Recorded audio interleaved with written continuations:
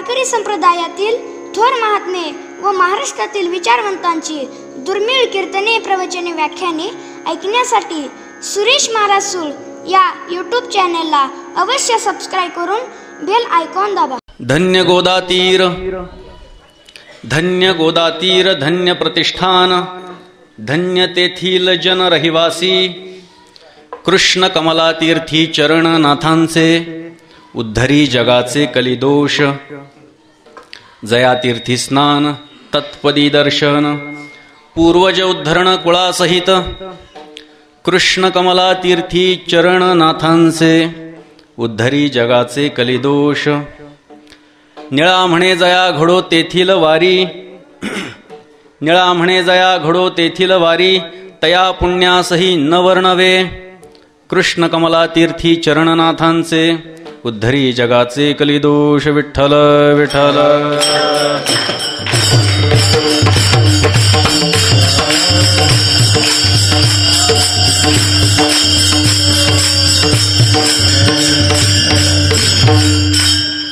ओम नमो सद्गुरु निर्गुणा पारनाही तव गुणा बैसोनी माझिया रसना हरिगुणा वर्णवी. हरिगुण विशाळ पावन वदवी तू कृपा करुण मी मूढमती दीन म्हणून कीव भाकितसे. तुमचा प्रसाद जाहलिया पूर्ण, हरिगुण वर्णिन मी जाण, एका वंदितसे चरण सद्गुरूंचे आदरे. शरण शरण एकनाथा.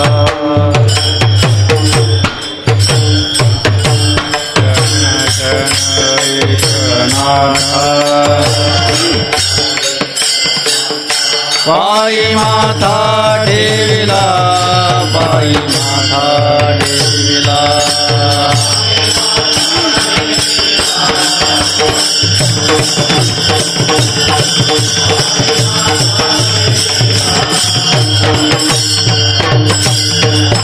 नका पाहू गुण दोष,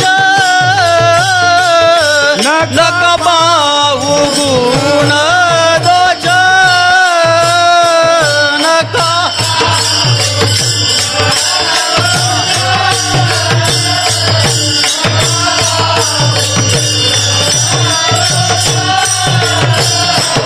गागपात पायांचा घालो दास, पायांचा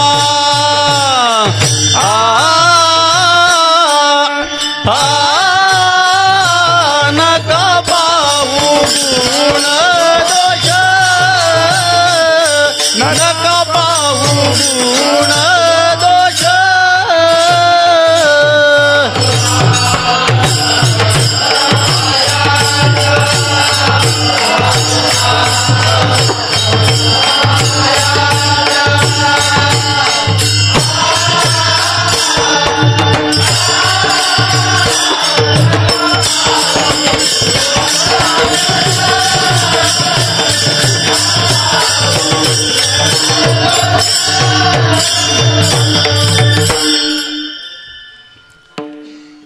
शांतीब्रह्म श्रीमंत श्री एकनाथ महाराजांच्या जीवनावरती आधारित निळोबारायांचा अतिशय सुंदर असा अभंग असून आमच्या परंपरेमध्ये या अभंगास विशेष असं स्थान आहे. विठ्ठल विठ्ठल.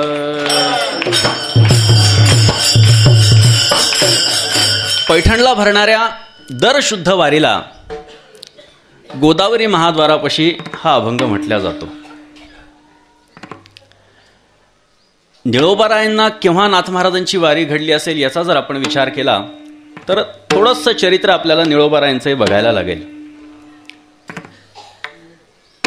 पुण्याजवळच्या घोड नदीच्या काठावरती एका गावामध्ये निळोबारायांचा जन्म झाला. कुलकर्णी पद त्यांना तिथे मिळालं आणि उत्तरार्धामध्ये, वयाच्या उत्तरार्धामध्ये पिंपळनेर येथं या ठिकाणी ते स्थायिक झाले.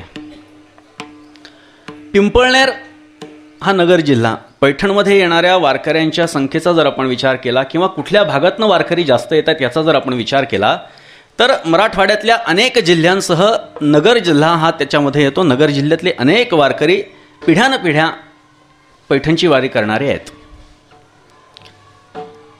पैठणच्या वारीला दर महिन्याला येणाऱ्या हजारो वारकऱ्यांचा हा सोहळा रमणीय निश्चितच आहे. बघण्याच्या दृष्टीनं अतिशय सुरेख असा तो सोहळा.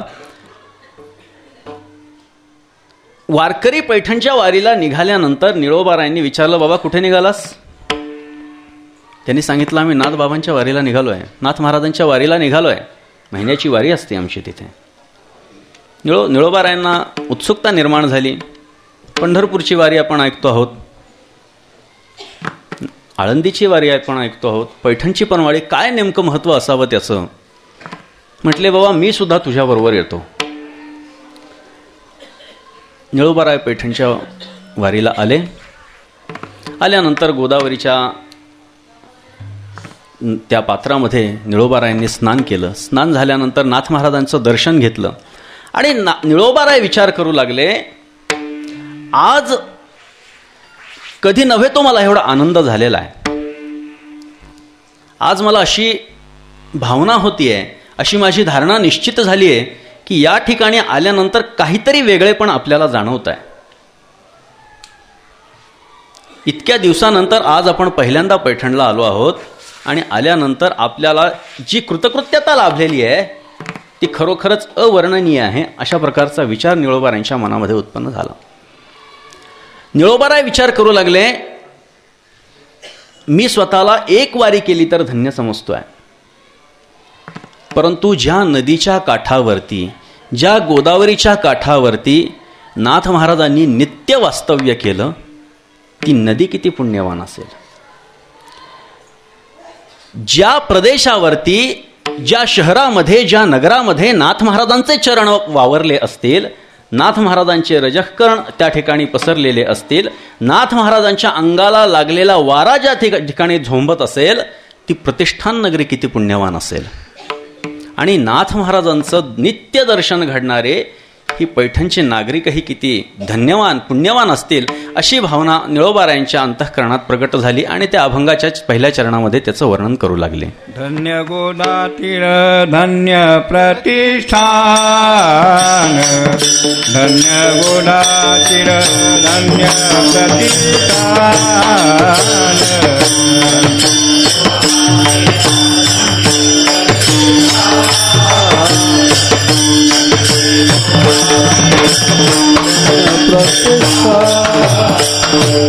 धन्य गोदातीर धन्य प्रतिष्ठान, धन्य गोदातीर धन्य प्रतिष्ठान,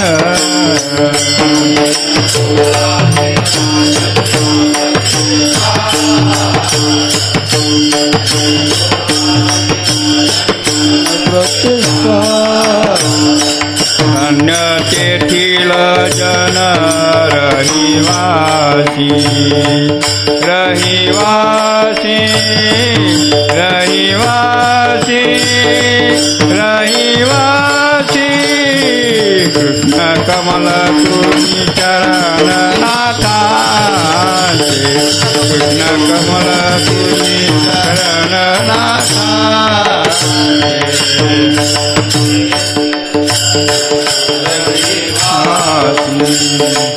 रहिवासी, रहिवासी, रहिवासी,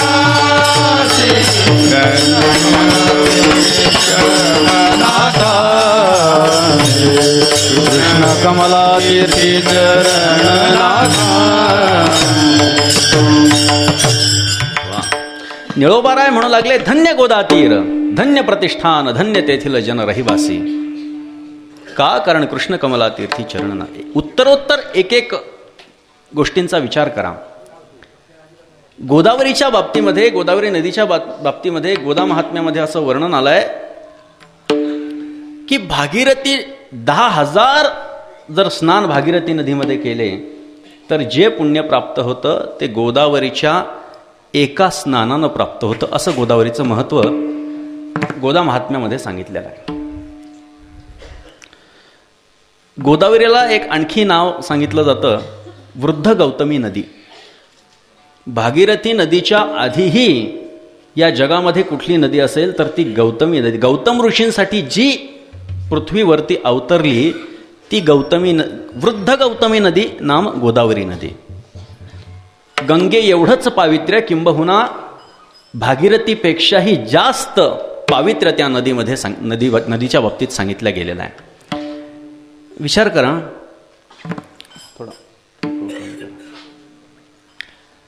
विचार करा, एखादं ठिकाण हे क्षेत्राचं ठिकाण आहे. याच्या बाबतीमध्ये असं सांगितलं जातं की ते क्षेत्राचं ठिकाण असण्यासाठी, त्याच्यासाठी, त्या व्याख्येमध्ये बसण्यासाठी त्याच्या ठिकाणी काहीतरी गुण असणं आवश्यक आहे. आपण म्हणतो श्री क्षेत्र पंढरपूर. श्री क्षेत्र पंढरपूर आपण ज्यावेळी म्हणतो त्यावेळी त्या बाबतीमध्ये, त्या पंढरपूरच्या दरम्यान काहीतरी गोष्टी अपेक्षित असतात. शास्त्रकार सांगतात 3 गोष्टी अपेक्षित आहेत आपल्याला. एक तर ज्या ठिकाणी, त्या ठिकाणी वेदबोधित देव असावा, त्या ठिकाणी शास्त्रकथित तीर्थ असावं, आणि त्या देवाचं, त्या तीर्थाचं आणि त्या क्षेत्राचं महिमान वर्णन करण्यासाठी कोणीतरी संत असावा. विठ्ठल विठ्ठल.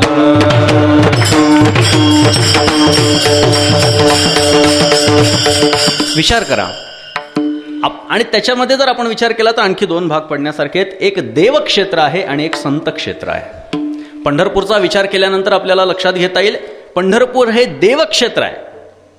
आपल्याला सर्वांना कल्पना आहे, नामदेव महाराजांची या ठिकाणी समाधी आहे, त्यांच्या घरातल्या सर्व लोकांची समाधी या ठिकाणी आहे, चोखोबारायांची समाधी, अनेक संतांच्या समाध्या या ठिकाणी आहेत. संतांचं अस्तित्व आहे, पण आधिक्य हे देवामुळे आहे, लक्षात घ्या. म्हणून पंढरपूर हे देवक्षेत्र आहे. पैठण, आळंदी, देहूचा विचार करा, आळंदीचा विचार करा, तिथं सिद्धेश्वर भगवान आहेत, पण महात्म्य कोणामुळे आहे? माऊलींमुळे आळंदीला महात्म्य आहे. तिथे तीर्थ आहे, इंद्रायणी तीर्थ आहे, परंतु ज्ञानेश्वर माऊलींमुळे त्या ठिकाणी आधिक्य आहे. म्हणून आळंदी हे संत क्षेत्र झालं.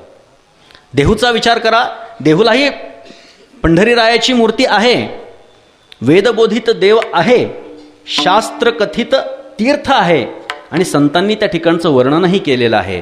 देहू हे देखील एक क्षेत्र आहे, पण तिथे पांडुरंग आहे म्हणून ते देवक्षेत्र झालं असं मात्र आपल्याला म्हणता येणार नाही, ते संत क्षेत्र झालं. त्याचप्रमाणे पैठणचा विचार करा, पैठणला पांडुरंगाची मूर्ती आहे. आपणा सर्वांना कल्पना आहे, एकनाथ महाराजांच्या घरी विजयी पांडुरंग स्थापित आहेत. कर्नाटकातून नाथ महाराजांना ती मूर्ती आलेली. आमचे केशव महाराज, चातुर्मासे महाराज, आमचे वामनबुवा यांनी सगळ्यांनी सांगितलं की जास्त करून तुम्ही आज नाथ महाराजांचं चरित्र सांगा, बाकी अभंग तर आम्ही भरपूर ऐकतो म्हटले. त्यामुळे निश्चितच थोडा चरित्राचा भाग आजच्या कीर्तनात जास्त असणार आहे. नाथ महाराजांच्याकडे ती विजयी पांडुरंगाची मूर्ती आली. असं म्हणण्याचं कारण असं आहे की शिरगट्टी नावाचं गाव कर्नाटकामध्ये, त्या गावामध्ये एका सावकारानं मूर्ती स्थापन करण्यासाठी मूर्ती बनवून घेतली, मंदिर बनवून घेतलं. मंदिर बनवल्यानंतर त्याचा स्थापनेचा दिवसही निश्चित झाला. दुसऱ्या दिवशी मूर्तीची स्थापना आहे. अशा वेळी त्या सावकाराला स्वप्न असं पडलं की ती पांडुरंगाची मूर्ती आपल्याशी बोलते आहे आणि म्हणते, मला तुझी सेवा नको आहे, पैठणचे जे नाथ महाराज आहेत त्यांची सेवा मला पाहिजे. असं म्हटल्यानंतर त्या सावकारांनी थोडंसं दुर्लक्ष केलं. पुन्हा तेच स्वप्न त्या सावकाराला पडलं, जर मला तू पैठणला नाथ महाराजांच्याकडे नेलं नाहीस तर तुझा निर्वंश होईल. असं म्हटल्यानंतर मात्र तो खडबडून जागा झाला आणि त्यांनी विचार सुरू केला की ही मूर्ती आपल्यासाठी नाही, ही मूर्ती नाथ महाराजांच्यासाठी आहे. नाथ महाराज कोण याची त्यांना कल्पना नव्हती. पैठण कुठे आहे, नाव कुठेतरी ऐकलं होतं, त्या दिशेने निघाला तो सावकार आणि नाथ महाराजां पैठणला आल्यानंतर विचारलं, नाथ महाराज कुठे राहतात? लोकांनी सांगितलं, अमक्या अमक्या ठिकाणी राहतात. नाथ महाराज त्या ठिकाणी पूजेला बसलेले होते. इतर देवांची नाथ महाराजांची पूजा चालू होती. पूजा चालू असताना तो सावकार त्या ठिकाणी आला आणि त्यांनी सांगितलं, महाराज आपलं नाव एकनाथ महाराज का? त्यांनी सांगितलं, मला ह्याच देहाला एकनाथ म्हणतात. सावकार म्हणाला, महाराज ही मूर्ती जी आहे ही मी स्थापन करण्यासाठी बनवून घेतली होती, पण ह्या मूर्तीने मला दृष्टांत दिला की मला तुझी सेवा नको आहे, मला पैठणच्या नाथ महाराजांची सेवा पाहिजे आहे. असा मला दृष्टांत झाला, त्याच्यामुळे आपण ही ठेवून घ्या. नाथ महाराज हे द्रष्टे संत होते, लक्षात घ्या. अरे तुला दृष्टांत झालाय, पण मला कुठेच दृष्टांत झालाय की अमक्या अमक्या ठिकाणचा सावकार माझ्याकडे येणार आहे आणि ही मूर्ती घेऊन येणार आहे, मला असा साक्षात्कार झाला तर कदाचित मी ही मूर्ती ठेवून घेईन. थोडा त्यांच्यामध्ये विचार विनिमय सुरू झाला. नाथ महाराज म्हटले, मला काहीतरी साक्षात्कार, काहीतरी अनुभूती या मूर्तीची जर आली तरच ही मूर्ती मी इथे माझ्याकडे ठेवून घेईल, नसता ही मूर्ती मी ठेवून घेणार नाही. सावकार म्हणाला, काही हरकत नाही. नाथ महाराजांच्या जवळ लोणी आणि खडीसाखर होतं. आता पांडुरंगाची मूर्ती म्हटल्यानंतर विचार करा, कमरेवरती हात असतात. लोणी आणि खडीसाखर होतं. नाथ महाराजांनी त्या मूर्तीच्या समोर असं केलं. मूर्तीच्या समोर लोणी खडीसाखर आणल्यानंतर कमरेवरचा हात पांडुरंगाने पुढे केला आणि ते लोणी खडीसाखर खाऊन घेतलं आणि त्याचं प्रतीक म्हणून हात असा ठेवला. लक्षात घ्या, आजही पैठणला विजय पांडुरंगाची एवढी मूर्ती आहे, त्या मूर्तीचा एक हात कमरेवरती आहे आणि दुसरा हात असा आहे. नाथ महाराज म्हटले, अरे बाबा, तुला या सावकाराकडे पंचपक्वान्नाचं नैवेद्य मिळेल, रोज चांगलं चांगलं खायला मिळेल, नैवेद्य मिळेल, माझ्याकडे काय मिळणार आहे? विचार करा, नम्रता कशी असावी.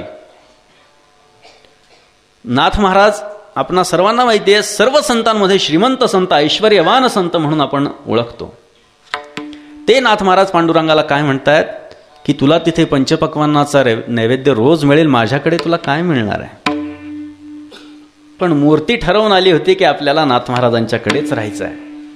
मूर्ती ज्या विटेवरती उभी आहे त्या विटेवर स्वयंभू अक्षर उमटले, दास जेऊ घाल वा न. तू मला जेऊ घाल अथवा नको घालू, पंचपक्वान्नाचं मला लालच दाखवण्याचं कारण नाही. तू जेऊ घातलं जरी नाही तरी मला तुझ्याचकडे थांबायचंय. असं म्हटल्यानंतर नाथ महाराजांनी ती मूर्ती ठेवून घेतली. पुढे त्या मूर्तीचं रुक्मिणीशी लग्न लावलं वगैरे वगैरे, हा पुढचा कथाभाग. ती मूर्ती विठ्ठलाची मूर्ती. मला सांगा, वेद बोधित देव पांडुरंग वेद बोधित आहे कसा? सखी पुसे सखी सखी पुसे युगे झाली 28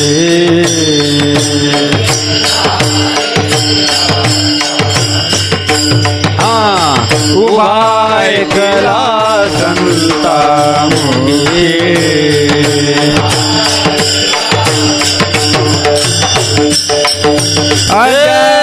अद्यापीवर कटावरी कर दिवरातीर वाळवंटी संत सभा सभा देव का हो विटेवरी उभा देव का हो विटेवरी उभा उभा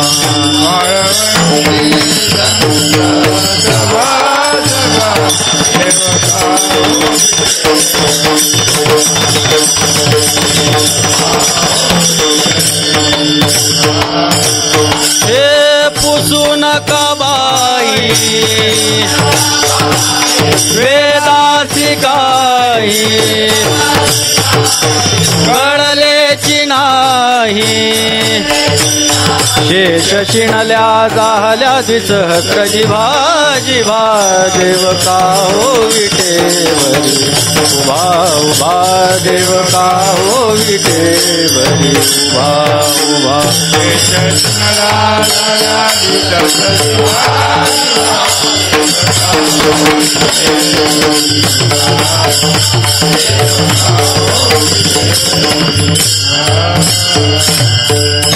एक सखी एक मैत्रीण आपल्या मैत्रिणीला विचारते, सखी पुसे सखीयसी युगे झाली 28 उभा एकला संतामुखी अद्यापीवर कटावरी कर धीवरातीर वाळवंटी संत सभा सभा देव काहो विटेवरी उभा उभा. पुसू नका बाई तुम्ही वेदासी काही, वेदाला तुम्ही विचारू नका, कारण तो त्याच्या जाणण्याच्या पलीकडे आहे. जाणण्याच्या पलीकडे आहे म्हणजे जाणण्याचा विषय आहे. विठ्ठल विठ्ठल हो, किंवा तुकोबारायचं प्रमाण बघा. वेद अनंत बोलिला, अर्थ तुकाची काढ, विठोबासी शरण जावे, निजनिष्ठा नाम गावे. वेदाचा विषय विठ्ठल आहे, वेदाचा विषय पांडुरंग आहे. म्हणजे पांडुरंग हा वेदबोधित देव आहे. एखाद्या ठिकाणाला क्षेत्र आपण त्याच वेळी म्हणू शकतो ज्यावेळी वेदबोधित त्या ठिकाणी देव असावा. पांडुरंग हा वेदबोधित आहे. पैठणचा विचार करा, विजयी पांडुरंगाची मूर्ती आहे, म्हणजे वेदबोधित देव त्या ठिकाणी आहे.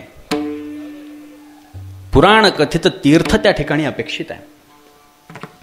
मी आधीच सांगितलं की गौतम ऋषी गोदावरीला आपल्याकडे यावं, आपल्यासाठी तिने प्रगट व्हावं याच्यासाठी प्रयत्नशील होते. आणि गोदावरी माता त्या ठिकाणी गौतम ऋषींसाठी प्रगट झाली. हे उदाहरण कशात आहे? पुराणामध्ये आहे. गोदावरी ही पुराण कथित तीर्थ आहे. विचार करा, वेदबोधित देव पैठणला आहे, पुराण कथित तीर्थ पैठणला आहे, आणि निळोबारायांसारखे संत ही पैठणचा विचार करतात. म्हणजे श्री क्षेत्र पैठण निश्चितच आहे. विठ्ठल विठ्ठल.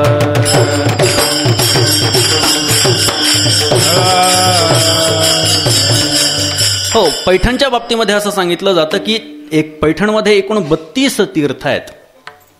त्या 32 तीर्थांपैकी एक महत्वाचं तीर्थ म्हणजे कृष्ण कमला तीर्थ असं आहे. बघा, गोदावरी धन्य आहे कारण ती प्रतिष्ठान नगरीमधनं वाहते आहे.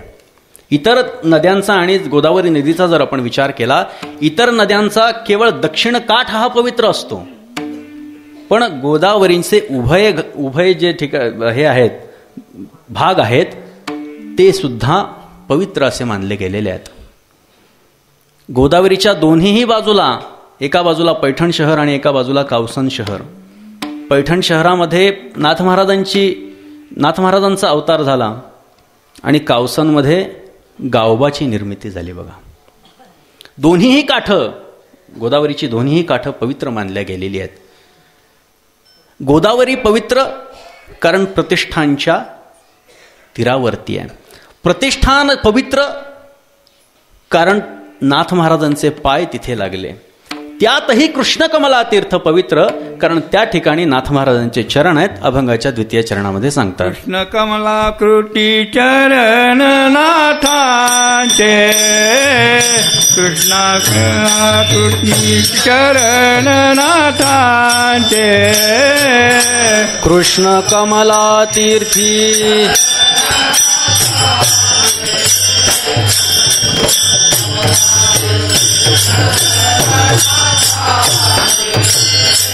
कृष्ण कमला तीर्थी चरण नाथांचे, कृष्ण कमला तीर्थी चरण नाथांचे,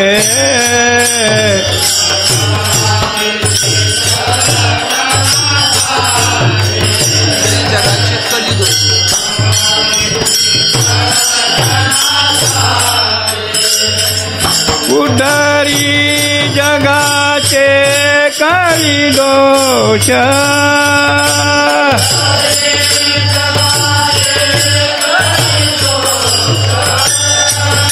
उद्धरी जगाचे काही दोष,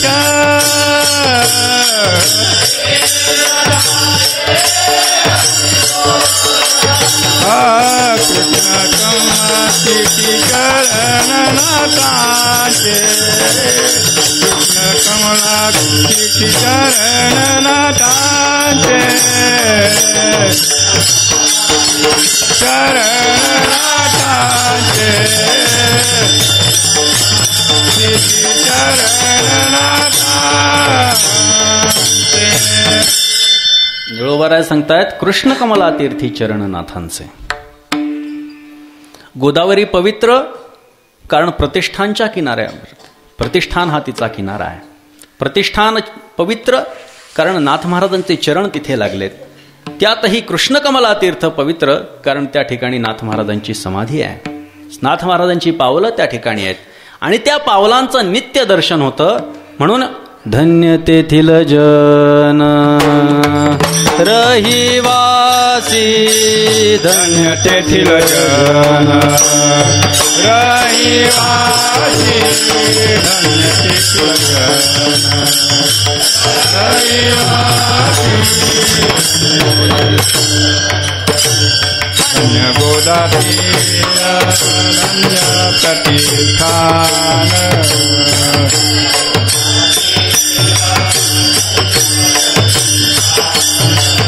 धन्य गोदातीर धन्य प्रतिष्ठान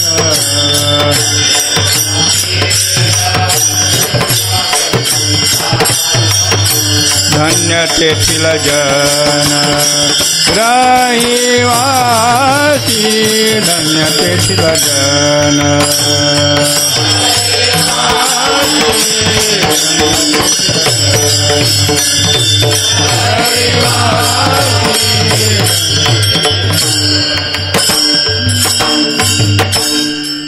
कृष्ण कमला तीर्थ नामक तीर्थामध्ये नाथ महाराजांचे चरण आहेत आणि ते सर्व जगाचा उद्धार करतात असं निळोबाराय सांगतात. हे चरण त्या ठिकाणी कसे स्थापित झाले, नाथ महाराजांनी कशी समाधी घेतली, हाच आपला प्रस्तुतचा विषय आहे. बघा, सर्व संतांच्या समाधीचं वर्णन या सोहळ्यामध्ये करण्यात येत आहे. खरोखर चांगला उपक्रम आहे आणि अंमळनेरकर महाराजांच्या मठामध्ये हा साजरा होतो. महाराज पुढाकार घेतात, सर्वजण त्यांना सहकार्य करतात. आमचे बोधे बाबा असतात मुख्य म्हणजे, त्यामुळे आपल्या सर्वांची उपस्थिती असते खरोखरच. आणि मी कीर्तनाला उभं असणं आणि बाबांनी टाळ घेऊन उभं असणं खरोखर माझ्या मनाला पटत नाही. बाबा, मी आत्ता तुम्हाला म्हणतो आपण खाली येऊन बसावं. गुरुस्थानी आहेत बोधे बाबा. आम्ही संस्थेमध्ये असताना त्यांच्याकडनं भरपूर आम्हाला चाली वगैरे शिकायला मिळाल्या होत्या. आणि मी असं कीर्तनामध्ये उभं राहणं, बाबांना मी मागे सुद्धा ते अनेक माझ्या कीर्तनामध्ये असतात त्यावेळी त्यांना सांगितलं, पण नाही, एकदा टाळ घेतला की कीर्तन झाल्याशिवाय ठेवायचा नाही. हा नियम त्यांचा. निळोबाराय सांगतायत नाथ महाराजांचे चरण त्या ठिकाणी आहेत म्हणून ते प्रतिष्ठान नगरधन्य आहे. बघा, धन्यता कशामुळे असते? शास्त्रीय दृष्ट्या जर आपण बघितलं, धन्योहम नित्यम स्वात्मान मंजसा वेदमी, धन्योहम ब्रह्मानंदो विभाती मे स्पष्टम. परमात्म्याचं अपरोक्ष ज्ञान प्राप्त झाल्यानंतरच्या साधकाची ही अवस्था आहे. तो साधक म्हणतोय, धन्योहम नित्यम स्वात्मान मंजसा वेदमी, धन्योहम ब्रह्मानंदो विभाती मे स्पष्टम. ब्रह्मानंद मला स्पष्टपणे दिसू लागलेला आहे किंवा त्याची स्पष्टपणे मला अनुभूती येऊ लागलेली आहे. नाथ महाराज हे महाविष्णूचे अवतार होते, त्यामुळे त्यांच्या समाधीचं दर्शन घेतलं तर महाविष्णूचंच दर्शन घेतले असल्यामुळे ती धन्यता त्या ठिकाणी आपोआपच प्रदर्शित झालेली आहे. विठ्ठल विठ्ठल.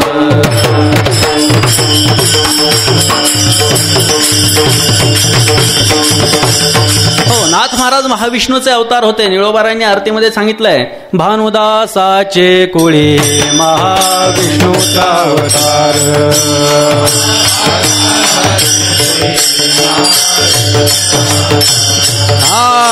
क्षेत्र प्रतिष्ठान वस्ती गोदावरी तीर,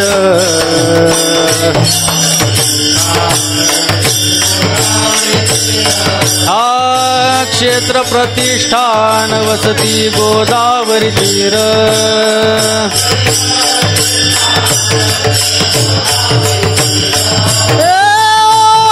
आरती स्वामी एकनाथा, आरती स्वामी एकनाथा.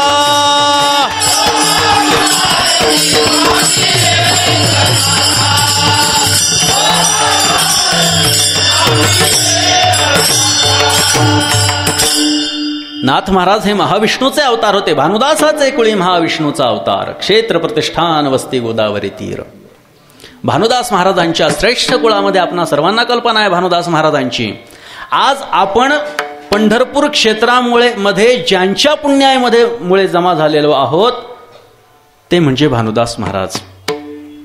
सर्वांना कल्पना असेल नसेल माहित नाही, पण हा इतिहास आहे की पंढरपूरच्या पांडुरंगाची मूर्ती ज्याचं आपण नित्य दर्शन घेतो ती विजयनगरच्या राजानं तिकडे नेली होती कर्नाटकामध्ये. पण भानुदास महाराजांनी आपल्या भक्तीच्या जोरावरती ती मूर्ती पंढरपूरमध्ये आणून पुनर्स्थापित केली. आज आपण पंढरीच्या वारीला येतो, आज आपण चातुर्मासामध्ये इथे थांबतो, त्याचं कारण हेच आहे. नाथ भानुदास महाराजां मूर्ती आणायला गेले आषाढी एकादशीला, परत घेऊन मूर्ती आले ते कार्तिकी एकादशीला. सर्व भक्तांनी पांडुरंगाला विनंती केली की आम्ही 4 महिने कायमचं इथे राहू, पण तू इथून कुठे पुन्हा जाऊ नकोस. आणि ते दिलेले वचन अजूनही बरेचसे जण पाळत आलेले आहेत. आणि श्रवण करण्यासाठी म्हणा किंवा कुठल्याही पुण्य प्राप्त करण्याच्या माध्यमातून म्हणा, आज आपण या ठिकाणी जमलेलो आहोत. ही संत भानुदास महाराज अर्थात एकनाथ महाराजांचे पणजोबा संत भानुदास महाराजांची आपल्यावरती कृपा आहे. त्यांची समाधी पांडुरंगाच्या मंदिरामध्ये जात असताना जिथे तुकाराम पादुका म्हणून लिहिलेलं आहे, चांदीच्या पादुका जिथे तुकाराम पादुका म्हणून ठेवलेल्या आहेत, ती तुकाराम महाराजांच्या ती समाधी नसून संत भानुदास महाराजांची ती समाधी आहे.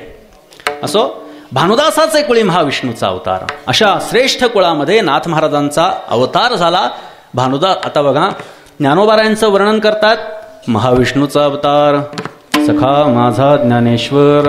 आणि नाथ महाराजांचं वर्णन करतात, भानुदासाचे कुळी महाविष्णूचा अवतार. म्हणजे महाविष्णूचे अवतार ज्याप्रमाणे ज्ञानोबा राहे आहेत, त्याचप्रमाणे नाथ महाराजही महाविष्णूचे अवतार आहेत. अर्थात ज्ञानोबारायांचा दुसरा अवतार म्हणजे एकनाथ महाराज असं म्हणल्यास वावगं नाही. विठ्ठल विठ्ठल.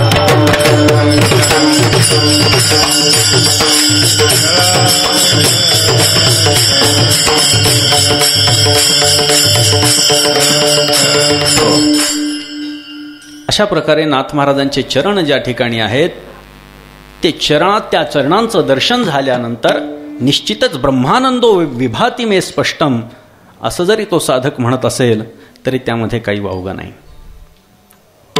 निळोबाराय सांगतायत, कृष्णकमला तीर्थी चरण नाथांचे उद्धरी जगाचे कलिदोष. आपण सर्वांना कल्पना आहे, प्रत्येक युगाचा एक युगधर्म आहे आणि त्या युगधर्माप्रमाणेच साधनं प्रत्येकाने करावीत अशी शास्त्राची अपेक्षा आहे आपल्याकडनं. त्रेतायुगामध्ये एक युगधर्म, त्याप्रमाणे त्यामध्ये जे कर्म सांगितलं त्याप्रमाणे करायचं. कृतयुगामध्ये एक धर्म, त्यामध्ये जे कर्म सांगितलं ते करायचं. द्वापर युगामध्ये एक कर्म सांगितलं होतं, त्या पद्धतीनं ते कर्म करायचं होतं. कलियुगामध्ये एक धर्म सांगितलेला आहे आणि त्या पद्धतीचं अनुसरण आपण करायचं आहे. कृतय ध्यायते विष्णुम त्रेतायाम यजतोमखैहि द्वापरे परिचर्यायाम कलवतत हरिकीर्तनात असं म्हटलंय. कृतय ध्यायते विष्णुम, कृतयुगाचा धर्म होता की भगवान विष्णूचं ध्यान करायचं. भगवान विष्णूचं ध्यान केल्यानंतर परमात्म्याची प्राप्ती होणार होती. विश्वामित्रादी ऋषी जे 60-60 हजार वर्ष तपश्चर्या करत होते असं आपण जे ऐकतो, त्याचं कारण हेच. बघा, वयोमानाचाही त्यामध्ये बराचसा मोठा भाग आहे. कृतयुगामध्ये मनुष्याचं जीवन हे 1,00,000 वर्षांचं होतं. 1,00,000 वर्ष मनुष्य जगायचा. त्रेतायुगामध्ये 1 शून्य कमी झालं, 10,000 वर्ष मनुष्याचं आयुष्य होतं. द्वापर युगामध्ये आणखी 1 शून्य कमी झालं, 1,000 वर्षांचं आयुष्य मनुष्याला लाभलं. आणि कलियुगामध्ये आणखी 1 शून्य कमी झालं, 100 वर्षांचं आयुष्य मनुष्याला प्राप्त झालं. प्रत्येक युगाचा एक युगधर्म आहे. कृतय ध्यायते विष्णू, कृतयुगामध्ये परमात्म्याचं ध्यान केल्यानंतर परमात्म्याची प्राप्ती होणार होती. त्रेतायाम यजतोमखैहि, त्रेतायुगामध्ये यज्ञ केल्यानंतर परमात्म्याची प्राप्ती होणार होती. द्वापरे परिचर्यायाम, द्वापर युगामध्ये भगवंताची पूजा केल्यानंतर भगवंताची प्राप्ती होणार होती. आज आपण पूजा करतो, पण पूजा म्हणजे काय याचा जर आपण विचार केला तर आपल्याला लक्षात येईल, यथा देहे तथा देवे. ज्या पद्धतीनं आपण आपल्या देहावरती उपचार करतो त्याच पद्धतीनं देवावरती उपचार करणं म्हणजे पूजा आहे. द्वापर युगाचा युगधर्म होता की परमात्म्याची पूजा केल्यानंतर परमात्म्याची प्राप्ती होणार होती.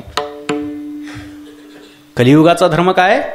कलियुगी उद्धार हरिच्या नामे, कलियुगी उद्धार.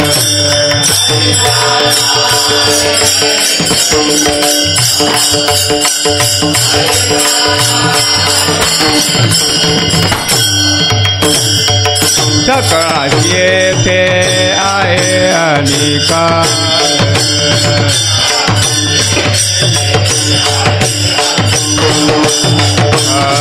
काळाची येथे आहे अधिकार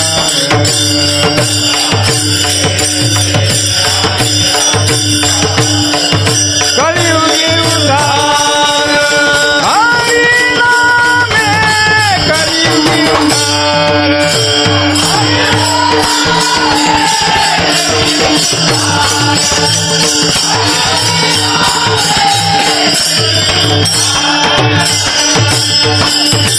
हो, कलियुगाचा धर्म सांगितलाय. कलियुगी उद्धार हरीच्या नामे.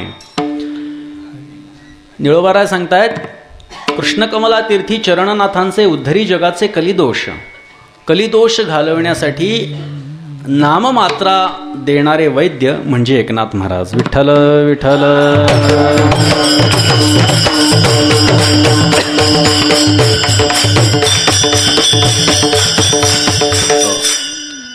बघा, विठ्ठल विठ्ठल.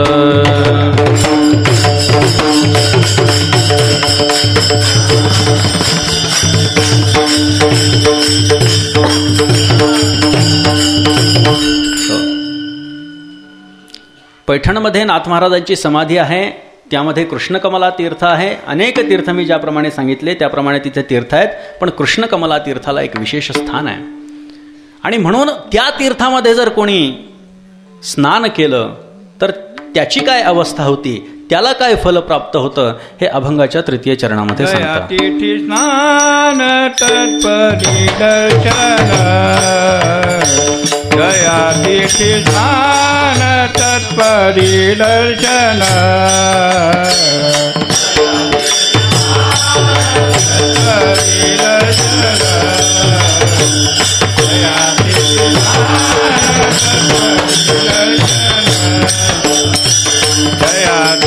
स्नान तत्परी दर्शन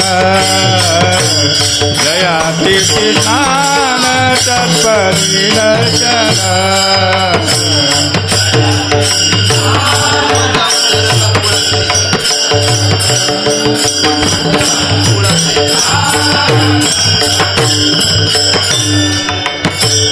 पूर्वज उद्धरण कुळासहित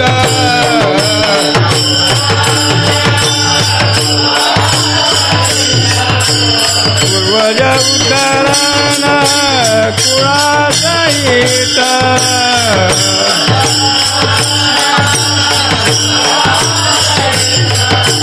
कृष्ण कमला तीर्थी चरण नाथांचे कृष्ण कमला तीर्थी चरण नाथांचे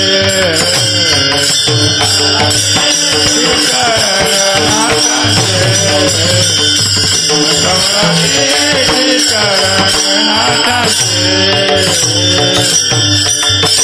जया तीर्थी स्नान तत्पदी दर्शन पूर्वज उद्धरण कुळासहित. ज्या तीर्थामध्ये स्नान केल्यानंतर नाथ महाराजांच्या समाधीचं दर्शन घेतल्यानंतर पूर्वज स्वतःचा उद्धार होईल यात काही विशेष नाही.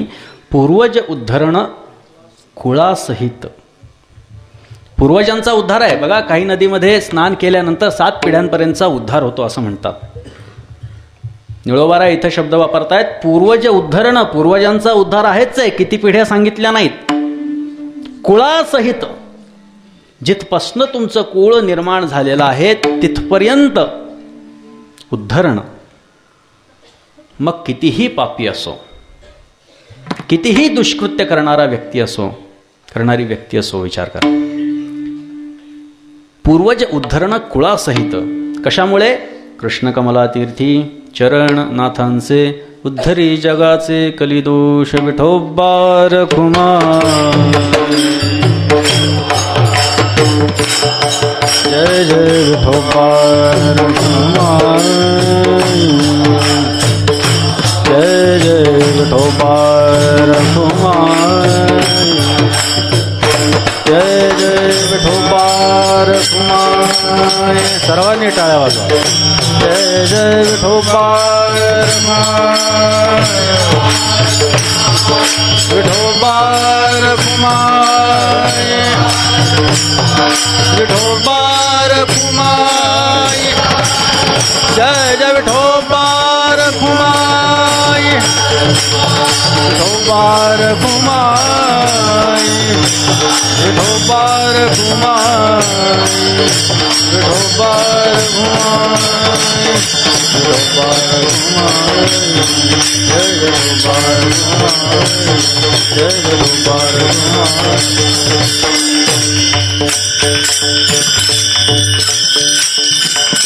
धन्य गोदातीर धन्य प्रतिष्ठान धन्य तेथील जनरहिवासी कृष्ण कमलातीर्थी चरण नाथांचे उद्धरी जगाचे कलिदोष।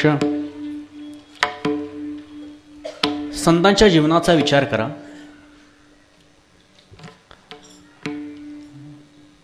जे काळाच्या स्वाधीन नाहीत ते संत। विठ्ठल विठ्ठल।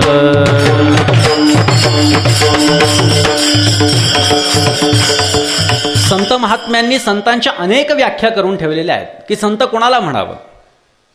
जे का रंजले गांजले त्यासे म्हणे जो आपुले तोची साधू ओळखावा देव तेथेचे जाणावा तुकोबारायांची व्याख्या आहे। रंजल्या गांजल्यांना जे आपलंसे करून घेतात ते संत असं तुकोबाराय सांगतात। तेची संत ज्यांचा हेत विठ्ठली निळोबाराय सांगतात। त्यांनाच संत चकारात्मक भाषा आहे। ज्या ठिकाणी चकारात्मक भाषा असते त्या ठिकाणी इतरांची व्यावृत्ती होत असते। तेची संत म्हणजे त्या व्यतिरिक्त इतर नाही।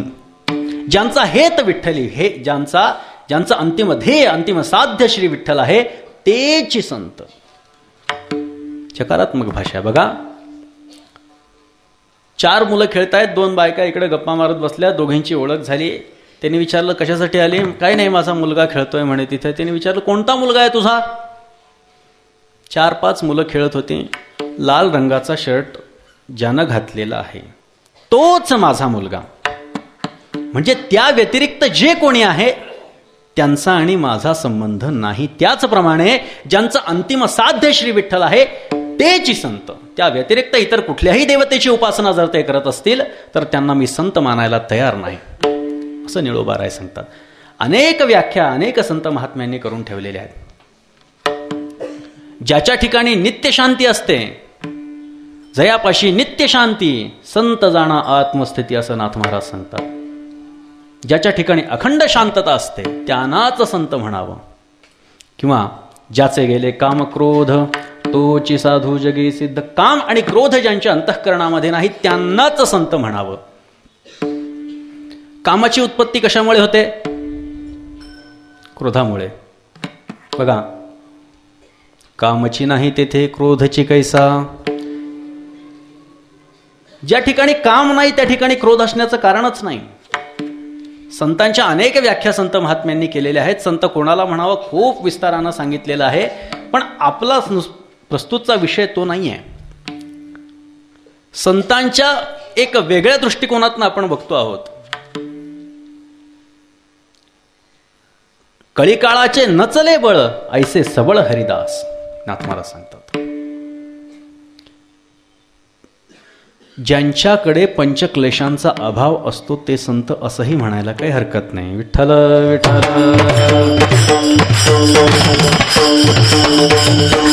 तो कुठल्या प्रकारचे पंचक्लेश आहेत? अविद्या, अस्मिता, राग, द्वेष आणि अभिनिवेश हे पंचक्लेश ज्यांच्याकडे नाहीत त्यांना संत म्हणायला हरकत नाही। किंवा संत महात्म्यांकडे हे पंचक्लेश नसतात। अविद्या संतांपाशी नसते, ते ज्ञानाचे भांडार आहे असं जर त्यांचं संत महात्मे वर्णन करतात तर त्यांच्याकडे अविद्या असण्याचं कारणच नाही आहे। संतांपाशी अविद्या नाही। तुका म्हणे माया होय दासी लागे पाया। माया नाम अज्ञान तुकोबाराय सांगतायत तुका म्हणे माया होय दासी लागे पाया। ती आमच्या पायाची दासी झालेली आहे। म्हणजे आमच्याकडे आता अविद्या नाही, अस्मिता नाही। अस्मिता म्हणजे काय? अंतःकरण किंवा बुद्धी आणि आत्मा हे वेगवेगळे असताना हे एक मानणं याला अस्मिता असं म्हणतात। आपण व्यवहारामध्ये भाषण करतो हा माझ्या अस्मितेचा प्रश्न आहे, पण व्यवहारामध्ये आणि शास्त्रामध्ये ज्या व्याख्या एखाद्या शब्दाच्या केलेल्या असतात त्या फार वेगवेगळ्या प्रकारच्या असतात। हा माझ्या अस्मितेचा प्रश्न आहे, यातली अस्मिता या ठिकाणी अपेक्षित नाही। बुद्धी आणि आत्मा हे भिन्न भिन्न असताना ते एकच समजणं याला अस्मिता असं म्हणतात। पण संतांच्या ठिकाणी ते नसतं. तुकोबाराय सांगतात, याचे यास त्याचे त्यास तुक्याने कास घातली. आम्ही आता याचे धर्म त्याला आणि त्याचे धर्म याला देणार नाही, त्याच्यासाठी आता आम्ही कंबर कसलेली आहे असं तुकोबाराय सांगतात. राग नाही, बघा, अविद्या नाही, अस्मिता नाही, राग नाही. राग म्हणजे काय? व्यवहारामध्ये आपण म्हणतो मला खूप राग आला, पण शास्त्रीय परिभाषेचा जर आपण विचार केला तर राग या शब्दाचा अर्थ अनुराग असा आहे. अनुराग म्हणजे प्रेम. संतांना कोणाबद्दल प्रेम असतं का हो? आसक्ती नसते संतांना कोणाबद्दल. येही संस्पर्शजान भोगा दुःखयोनय एव ते आद्यंतवंतः कौंतेय न तेषु रमते बुधः. शहाणा मनुष्य त्या ठिकाणी रममाण होत नाही असं परमात्मा सांगतो.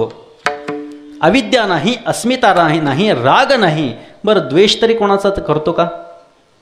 सर्वभूतांचे ठाई द्वेषाते नेणेची कही आपपरू नाही, चैतन्या जैसा ज्ञानोबराय सांगतो. सर्व भूतांच्या ठाई द्वेषाते नेणेची कही. ज्याप्रमाणे चैतन्याला, परमात्म्याला हा माझा आहे किंवा हा माझा नाही असं नसतं, त्याच पद्धतीनं आपपरू नाही चैतन्या जैसा, त्याच पद्धतीने हा माझा आहे, हा माझा नाही असं संत महात्म्यांजवळ काही नसतं. लक्षात घ्या. राग नाही, द्वेष नाही, अविद्या नाही, अस्मिता नाही, राग नाही, द्वेष नाही. अभिनिवेश आहे का सांगा? अभिनिवेश म्हणजे? अभिनिवेश म्हणजे मरणाचं भय. संतांना मरणाचं भय नाही.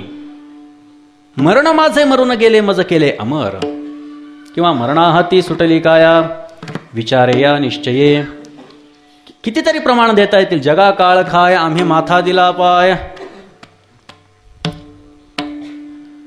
हो, आम्हा भय चिंता नाही धाक, आम्हा भय चिंता नाही धाक.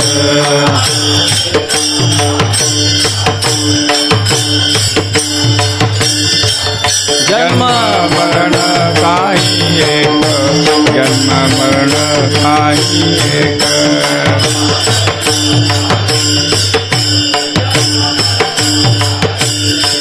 झाला इहलोकी परलोक, झाला इहलोकी परलोक.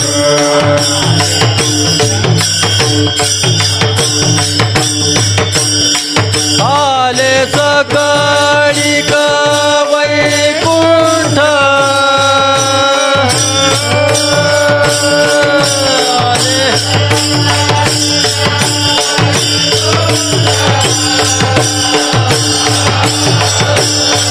आले सकळिक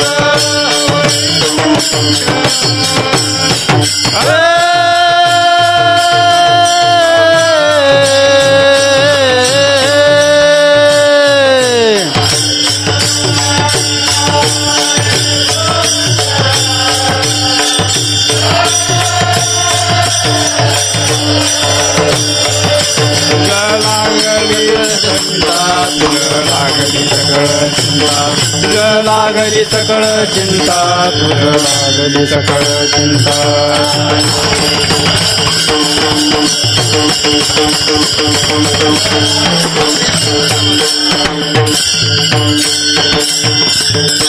आम्हा भय चिंता नाही धाक, जन्म मरण काही एक. झाला इहलोकी परलोक, आले सकळीक वैकुंठ. मरणाचं भय, जन्माचं भय आम्हाला नाही. किंबहुना आम्ही तर आम्हाला पुन्हा गर्भवासामध्ये घालावं अशी मागणी करतो. तुका म्हणे आम्हा तुका म्हणे गर्भवासी सुखे घालावे आम्हासी. विचार करा, संतांना मरणाचं भय नाही. नाथ महाराजांच्या जीवनाचा जर आपण विचार केला तर अनेक प्रसंग असे नाथ महाराजांच्या जीवनामध्ये आले की त्यांना काळाशी सामना करावा लागला. अतिशय साधनेच्या अवस्थेपासनं ते समाधीपासनं पर्यंत अनेकदा नाथ महाराजांचा सामना काळाशी झालेला आहे. नाथ महाराज जनार्दन स्वामींकडे होते. जनार्दन स्वामी म्हणजे नाथ महाराजांचे सद्गुरू. ज्ञानेश्वरी अमृतानुभवाचं अध्ययन झाल्यानंतर जनार्दन स्वामींना असं वाटलं की आता याचा अधिकार निश्चितच एवढा झाला की याला आता परमात्म्याचं दर्शन व्हायला हरकत नाही. जनार्दन स्वामींनी नाथ महाराजांना सांगितलं की जवळ इथे शुलीभंजन नावाचा पर्वत आहे, त्या पर्वतावर जाऊन तू परमात्म्याचं ध्यान करायचंस, भगवान श्रीकृष्णाचं चिंतन करायचंस. जर त्या ठिकाणी कुठली अनुचित घटना, एखादी वेगळी घटना घडली तर मात्र तू लगेच मला ती येऊन सांगायचीस. असं म्हटल्यानंतर नाथ महाराजांनी सांगितलं, आपली जशी आज्ञा महाराज. नाथ महाराज त्या ठिकाणी गेले. तिथे चंद्रकुंड आणि सूर्यकुंड असे 2 कुंड आहेत. त्या कुंडामध्ये स्नान केलं आणि नाथ महाराज तिथे त्या पर्वतावरती जाऊन बसले. एका दगडावरती मृगाजीन टाकलं आणि त्या ठिकाणी ध्यान लावून बसले. जनार्दन स्वामींनी आणखी एक गोष्ट सांगितली होती, स्वतःच्या खाण्यापिण्याविषयी खटपट करायची नाही. जे कोणी तिथे आणून देईल तेच खायचं, नसतं तसंच राहायचं. दिलं तर. नाथ महाराजांनी ती आज्ञा मानली. त्या ठिकाणी गेले, आसनस्थ झाले आणि परमात्म्याचं ध्यान लावून बसले. त्या ठिकाणी एक शेतकरी होता. खाली गाव आणि त्याचं शेत त्या डोंगराच्या पलीकडे. डोंगरावरून जाण्याची वाट होती.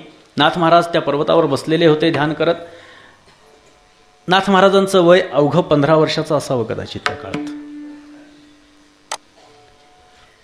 त्यानं बघितलं, एक कुठला तरी ब्राह्मणाचा पोर या ठिकाणी ध्यान लावून बसतोय. याचं तेज काहीतरी वेगळं दिसतंय. आपल्या हातनं जर त्याची काही सेवा घडली तर फार चांगलं वाटेल.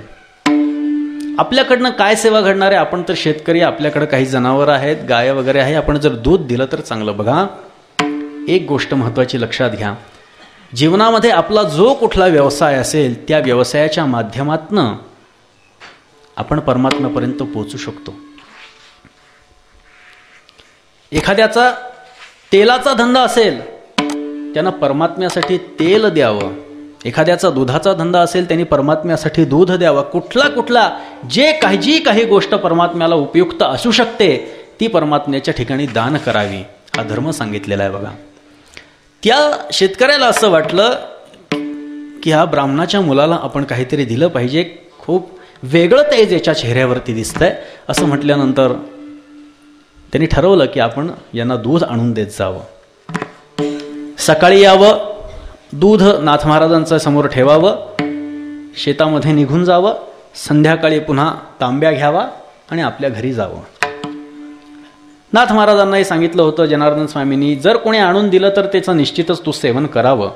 मग थोडीशी समाधी अवस्था भंग झाल्यानंतर, ध्यान सुटल्यानंतर नाथ महाराज ते दुधाचं प्राशन करीत, तांब्यासमोर ठेवत आणि पुन्हा ध्यानाला बसत. हा दिनक्रम त्यांचा रोज सुरू झाला. शेतकरी यायचा, ते तांब्या नाथ महाराजांच्या समोर ठेवायचा आणि शेतामध्ये निघून जायचा. संध्याकाळ झाली की तो शेतकरी येऊन तो तांब्या घेऊन पुन्हा घरी जायचा. एक दिवस झालं असं की नाथ महाराज त्या ठिकाणी ध्यानाला बसले होते आणि ध्यानाला बसले असताना एक सर्प त्या ठिकाणी, एक नाग त्या ठिकाणी आला. आता पर्वतावर घनदाट झाडी, त्या ठिकाणी नाथ महाराज एकटे बसलेले, अत्यंत विषारी असा नाग त्या ठिकाणी फुटकारा टाकीत त्या ठिकाणी आला. नाथ महाराजांना दंश करावा ह्या उद्देशानं तो नाथ महाराजांच्या जवळ आला. नाथ महाराजांच्या जवळ गेला. नाथ महाराजांना त्यांनी दंश केला, परंतु त्या दाताच्या टोकाचा स्पर्श झाल्यानंतर त्याच्या मनोवृत्तीमध्ये फरक पडला. बघा, चित्त शुद्ध तरी शत्रू मित्र होती, व्याघ्रही न खाती सर्पतया. तो दंश करण्यासाठी आलेला नाग, त्याच्या हृदयात परिवर्तन झालं आणि त्यांना वाटलं की ह्या व्यक्तीला आपण दंश करू नये. उलट एवढं ऊन ह्या बालकाला लागतंय तर त्यासाठी आपण त्याच्या डोक्यावरती छाया धरावी, असा विचार त्या नागाच्या मनामध्ये उत्पन्न झाला आणि नाथ महाराजांच्या डोक्यावरती तो नाग आपला फणा देऊन थांबू लागला. बघा, बऱ्याच ठिकाणी चित्र आहे की डोक्यावरती नाग, ते नाथ महाराजांचं चित्र. वय जरी लहान असेल तरी ज्यांच्या डोक्यावरती नाग ते नाथ महाराजांचं चित्र हे निसंदिग्धपणे जाणायचं. डोक्यावरती तो नाग फणा धरून बसायचा, नाथ महाराजांना सावली लागावी ह्या उद्देशानं. आणि दिनक्रम त्या शेतकऱ्याचाही चालू होता, दूध आणून ठेवावं, सकाळी जाताना घेऊन जावं. एक दिवस त्या शेतकऱ्याला काहीतरी काम होतं, सकाळी दूध ठेवून गेला, पण संध्याकाळपर्यंत शेतामध्ये थांबणं त्याला शक्य नव्हतं. तो शेतातनं लवकर निघाला, दुपारच्या वेळी निघाला. जाता जाता विचार केला, जर त्या बालकानं दूध पिलं असेल तर आपला जाताना तांब्या घेऊन जावा ह्या विचारानं तो त्या ठिकाणी आला. तांब्या घेण्यासाठी आलेल्या त्या शेतकऱ्याला असं दृश्य दिसलं की एक नाग नाथ महाराजांच्या पोटाभोवती विळखा घालून बसलेला आहे आणि तो त्यांच्या डोक्यावर आहे. कदाचित तो त्यांच्या डोक्याला दंश करू शकेल म्हणून त्या शेतकऱ्यानं आरडाओरडा करायला सुरुवात केली. महाराज महाराज महाराज महाराज तुमच्या डोक्यावरती नाग आहे. खूप मोठा आरडाओरडा केल्यानंतर नाथ महाराजांचा भावसमाधी भंग झाला आणि नाथ महाराजांनी जेव्हा बघितलं, डोळे उघडले, तेव्हा तो सर्प, तो नाग नाथ महाराजांच्या पोटाभोवतीचा विळखा सोडून हळूहळू पुढे जाऊ लागला. शेतकरी म्हणाला, महाराज अहो ह्या नागानं तुम्हाला मारून टाकलं असतं, चावा घेतला असता, त्याचं विष तुमच्या अंगामध्ये भिनलं असतं, काय अवस्था झाली असती तुम्ही विचार करा म्हटले. नाथ महाराजांच्या मुखातली वाक्य काय आहेत? आम्हा डंखावया आला काळ, तो काळची झाला कृपाळ, भली ओळखी झाली आता, चित्त मीनलेसे चित्ता, एका जनार्दनी पायी, जिण्या मरण्या सौरसू नाही. ही भाषा नाथ महाराजांची. काळ खाण्यासाठी आला, आम्हा डंखो आला काळ, आम्हाला चावण्यासाठी तो काळ आला, परी तोची झाला कृपाळ. पण त्यांनी आमच्यावर कृपा केली आणि आमच्यावरती त्यांनी छत्र धरलं. अशा प्रकारची नाथ महाराजांची भाषा. पुढे त्या शेतकऱ्याला आणि नाथ महाराजांना भगवान श्रीकृष्णानं सगुण रूपामध्ये दर्शन दिलं. ही पुढची घटना. मला सांगायचं काय, नाथ महाराज सांगतात, आम्हा काळाचे भय काय, जनार्दन बाप माय.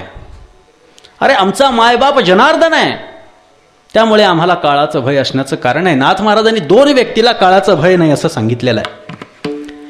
जनार्दन स्वामींसारखे ज्यांचे गुरु आहेत, एकतर त्यांना काळाचं भय नाही, किंवा जो नित्य नामस्मरणामध्ये आहे त्याला काळाचं भय नाही. विठ्ठल विठ्ठल.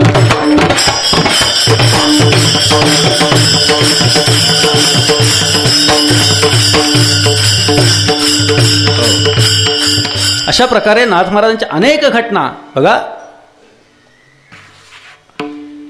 एक कवी नाथ महाराजांच्या कडे आला, धावत धावत आला, म्हटला, महाराज एक तुम्हाला विनंती आहे, ती माझी विनंती तुम्ही मान्य करा.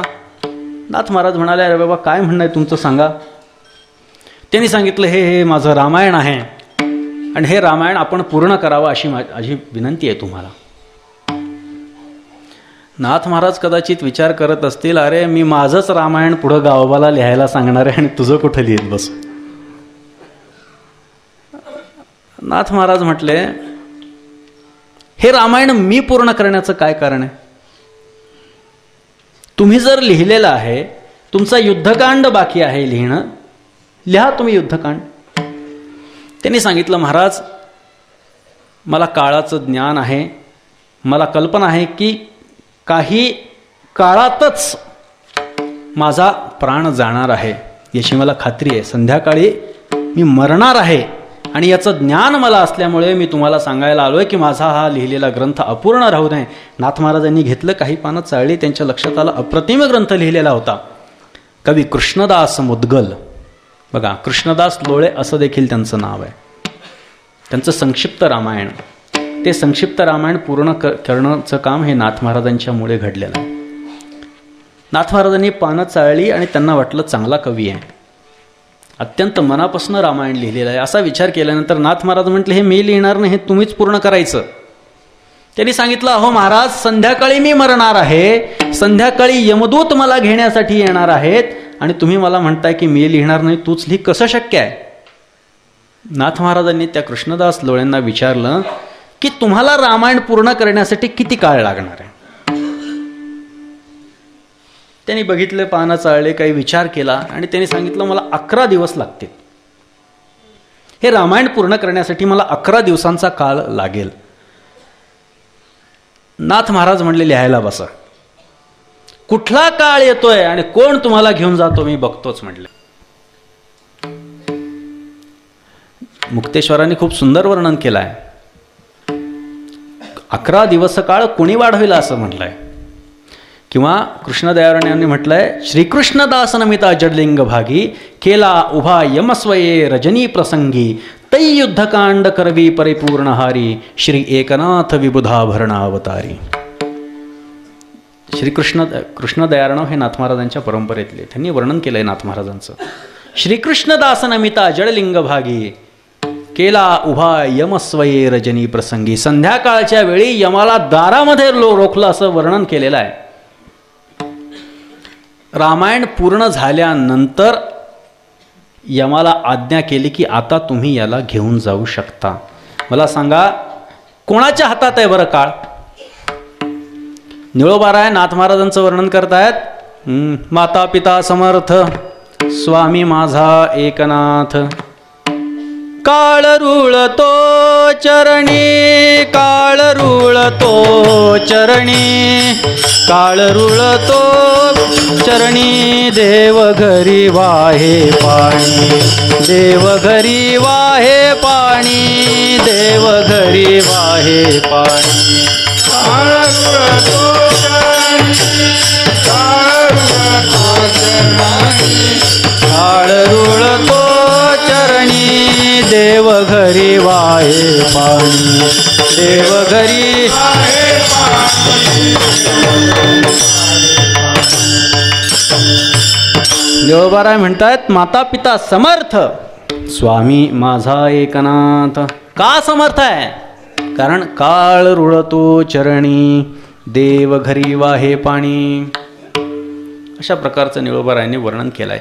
काळ ज्यांच्या चरणापाशी लोळण घेतोय असे संत महात्मे असतात. असे मी सांगितल्याप्रमाणे अनेक प्रसंग नाथ महाराजांच्या जीवनामध्ये घडलेले आहेत. शेवटच्या प्रसंगी नाथ महाराजांनी उत्तर काळ त्यांचा जवळ आला. त्यांना असं वाटलं की आपण आता समाधी घ्यावी.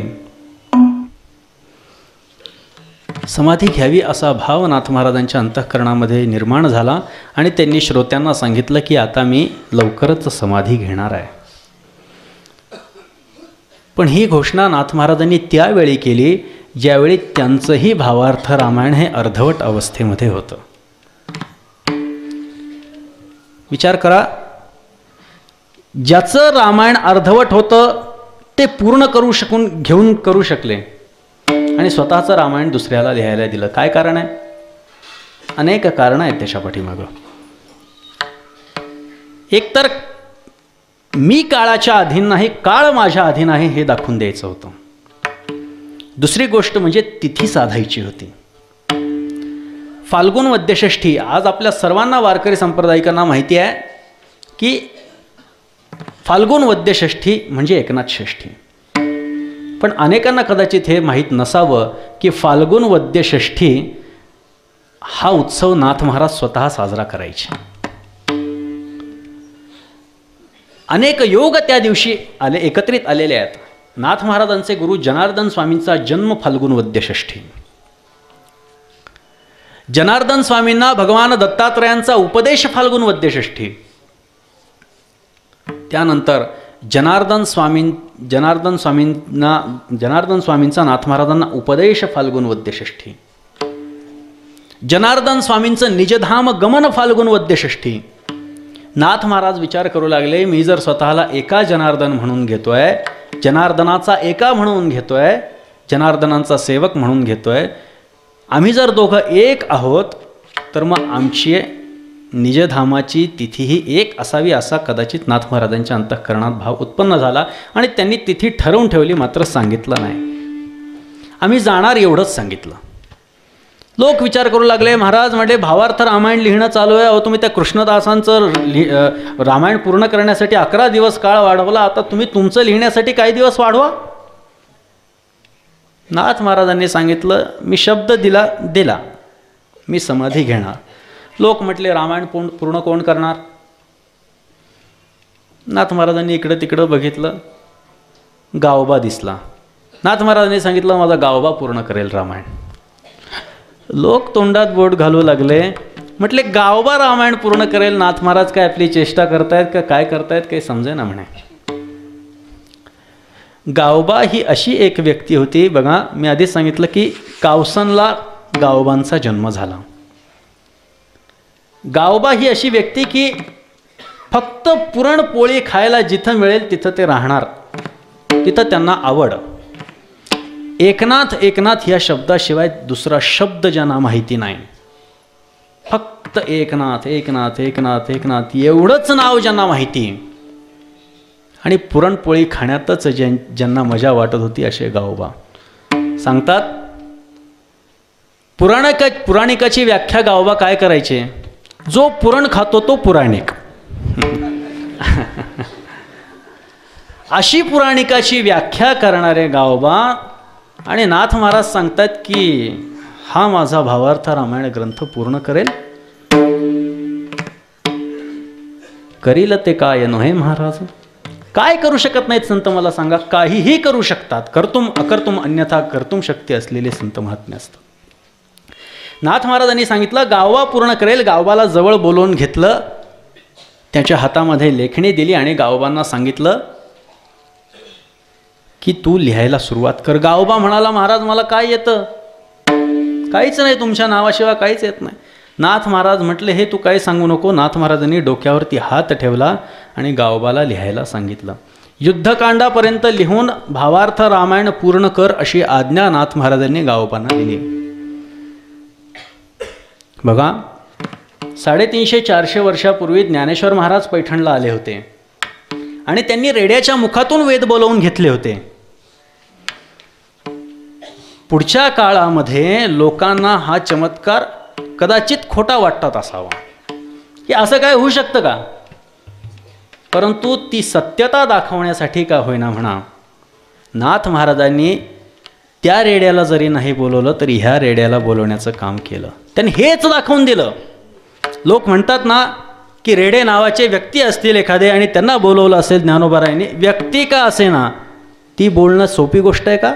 अहो ज्यांना काहीही ज्ञान नाही त्यांनी लिखाण करावं आणि तुम्हाला आश्चर्य वाटेल, ज्यांनी वाचलं असेल त्यांना तर निश्चितच त्याचं ज्ञान आहे की नाथ महाराजांनी भावार्थ रामायण लिहिण्याची आज्ञा गावोबांना केली. डोक्यावरती हात ठेवला आणि गावोबा रामायण लिहू लागले.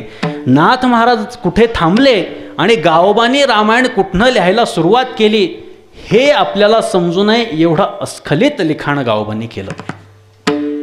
ही संतांची कृपा नाही तर काय आहे. कृपा कटाक्षे निहाळिले आपुले पदी बैसविले, अशाच प्रकारची ही गोष्ट आहे. गावोबा रामायण लिहायला बसला. नाथ महाराज म्हटले आता आम्ही निघणार, आम्ही जाणार, आमच्या ठिकाणी आम्ही जाणार. दुसऱ्या दिवशी फाल्गुन वद्य षष्ठी होती आणि आदल्या दिवशी नाथ महाराज गेले, निजधामाला गेले. लोक म्हणू लागले अरे सर्वसामान्यांसारखंच जायचं होतं तर आयुष्यसुद्धा सर्वसामान्यांसारखंच जगायला पाहिजे होतं. मी कोणीतरी आहे, मी हे सांगतोय, मी ते सांगतोय म्हणून करा असा उपदेश करण्याची काय गरज होती. शेवटी कोणाच्या खांद्यावर जावं लागलं, आमच्याच खांद्यावर जावं लागलं. अशी चर्चा लोकांमध्ये सुरू झाली. नाथ महाराज उठून बसले. महाराज म्हटले जनार्दन स्वामीच ह्या लोकांच्या मुखातनं कदाचित हे वदून घेत असतील की अरे तू अशा पद्धतीनं जाऊ नकोस सर्वसामान्यांप्रमाणे. नाथ महाराज म्हणतात स्वर्ग मृत्यू पाताळ यांचे न चले बळ.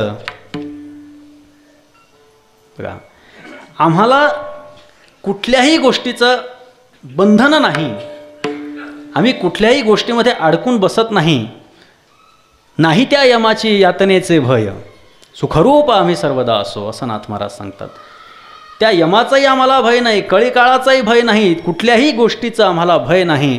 आम्हाला वाटेल त्याप्रमाणे आम्ही वागू. नाथ महाराज उठून बसले आणि त्यांनी सांगितलं उद्या आपण आपला कार्यक्रम चालू ठेवणार आहोत.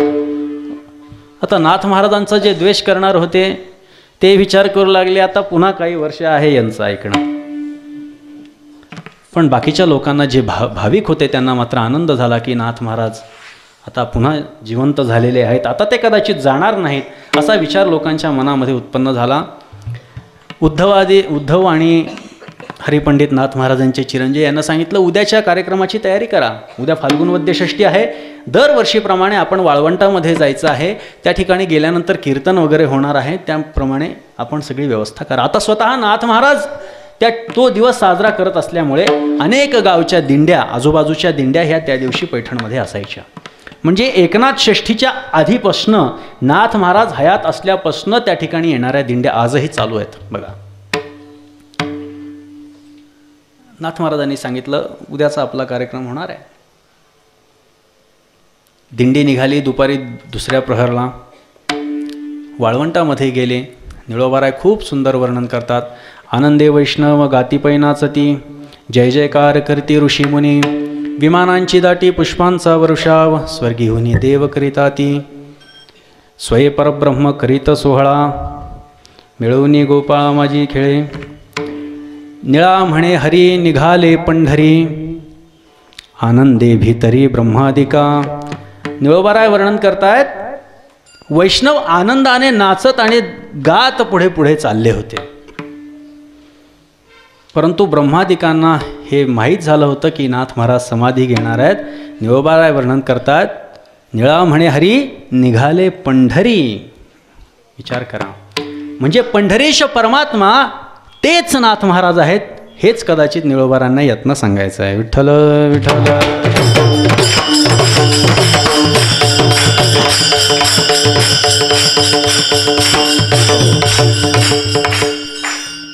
अशा पद्धतीने नाथ महाराज तिथे वाळवंटामध्ये आले.